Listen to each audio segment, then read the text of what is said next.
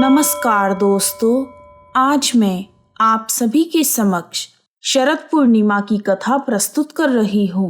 सबसे पहले आप सभी को शरद पूर्णिमा की हार्दिक शुभकामनाएं। शरद पूर्णिमा को कौमुदी पूर्णिमा, कोजागरी पूर्णिमा, रास पूर्णिमा तथा कुमार पूर्णिमा के नाम से जाना जाता है।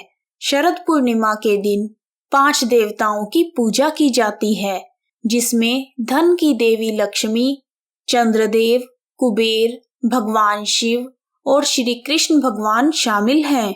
वर्ष भर में आने वाली सभी पूर्णिमा में शरद पूर्णिमा की रात को चंद्रमा सबसे अधिक चमकीला और देखने में आकर्षक लगता है, क्योंकि शरद पूर्णिमा के दिन चंद्रमा 16 कलाओं से सुसज्जित होता है और पृथ्वी के सबसे ज्यादा निकट भी होता है। आइए शुरू करते हैं शरद पूर्णिमा की कथा। प्राचीन समय में एक नगर में एक साहूकार रहता था। उसकी 2 बेटियां थीं। दोनों बेटियां पूर्णिमा का व्रत रखती थी। बड़ी बेटी हमेशा पूरी निष्ठा के साथ पूर्णिमा के व्रत का पालन करती थी, परंतु छोटी बेटी व्रत को पूरा ही नहीं करती थी। वह हमेशा आधा अधूरा ही व्रत करती थी। कुछ समय बाद दोनों बेटियों की शादी हो गई। विवाह के बाद साहूकार की बड़ी बेटी ने एक पुत्र को जन्म दिया। वहीं दूसरी ओर छोटी बेटी, जो व्रत को ठीक प्रकार से कर ही नहीं पाती थी, उसकी संतान होने से पहले ही मर जाती थी। इस बात को लेकर वह बहुत परेशान रहने लगी। यह सब देखकर साहूकार ने विद्वान पंडितों से इसका कारण जानना चाहा। पंडितों ने बताया कि तुम्हारी पुत्री पूर्णिमा का व्रत आधा अधूरा करती थी, जिस कारण उसकी संतान पैदा होते ही मर जाती है। यदि वह पूर्णिमा के व्रत को पूरे विधि विधान से करे तो उसकी संतान जीवित रह सकती है। यह सब जानने के बाद साहूकार की छोटी बेटी ने पूरे विधि विधान से शरद पूर्णिमा का व्रत किया। इस बार साहूकार की छोटी बेटी के घर एक पुत्र का जन्म हुआ और वह कुछ समय तक जीवित भी रहा, परंतु कुछ दिन बाद उसका पुत्र मर गया और उसने अपने मरे हुए बेटे को लकड़ी के पीढ़े पर लिटाकर उस पर कपड़ा ढक दिया और वह अपनी बड़ी बहन को बुलाकर ले आई और अपनी बहन को उसी पीढ़े पर बैठने के लिए कहा। जैसे ही उसकी बड़ी बहन उस पीढ़े पर बैठने लगी, उसकी साड़ी बच्चे को छू गई और उसकी बड़ी बहन की साड़ी के छूते ही उसका बच्चा रोने लगा। यह देखकर बड़ी बहन को आश्चर्य हुआ और उसने अपनी छोटी बहन से कहा, तुम अपनी संतान के मरने का दोष मेरे ऊपर लगाना चाहती हो? इस पर छोटी बहन ने कहा, यह तो पहले से ही मरा हुआ था, परंतु आपके छूने से यह जीवित हो गया है। इस प्रकार उन दोनों बहनों की श्रद्धा शरद पूर्णिमा के व्रत की ओर और भी अधिक हो गई और दोनों बहनें पूरे विधि विधान से शरद पूर्णिमा का व्रत करने लगी। हे प्रभु, जैसे आपने साहूकार की दोनों बेटियों पर कृपा की और उन्हें संतान प्रदान की, उसी प्रकार सभी व्रतधारियों की मनोकामनाएं पूर्ण करना। कहानी सुनने वालों का भी भला और सुनाने वालों का भी भला। जब शरद पूर्णिमा की रात में चंद्रमा अपनी 16 कलाओं से परिपूर्ण होकर धरती पर अपनी किरणें बिखेरता है तथा अमृत की वर्षा करता है, उस समय लक्ष्मी जी की पूजा अत्यंत फलदायी मानी गई है। आयुर्वेद के अनुसार इस दिन चंद्रमा न केवल 16 कलाओं के साथ चमकता है, बल्कि इसकी किरणों में कुछ ऐसे गुण विद्यमान होते हैं जो शरीर को पोषकता प्रदान करते हैं। इसीलिए शरद पूर्णिमा का लाभ उठाने के लिए चावल की खीर बनाकर चांदनी रात में खुले आसमान के नीचे छोड़ दी जाती है। चांदनी रात में रखने के बाद सुबह में इस खीर का सेवन किया जाता है। इसके अलावा अगर आप आंखों की समस्या से परेशान हैं तो शरद पूर्णिमा की रात को चंद्रमा को खुली आंखों से देखना चाहिए। आयुर्वेद के अनुसार शरद पूर्णिमा की रात को चंद्र दर्शन करने से आंखों के रोग खत्म हो जाते हैं और साथ ही आंखों की रोशनी भी बढ़ती है। इसीलिए शरद पूर्णिमा की रात को चंद्रदेव की पूजा की जाती है। शरद पूर्णिमा के दिन कुबेर की पूजा भी की जाती है क्योंकि यह धन के देवता हैं। शरद पूर्णिमा पर भगवान शिव की उपासना का भी विधान है। मान्यता है कि इस पूर्णिमा पर भगवान शिव को खीर का भोग लगाने से शिव शंकर भगवान प्रसन्न हो जाते हैं।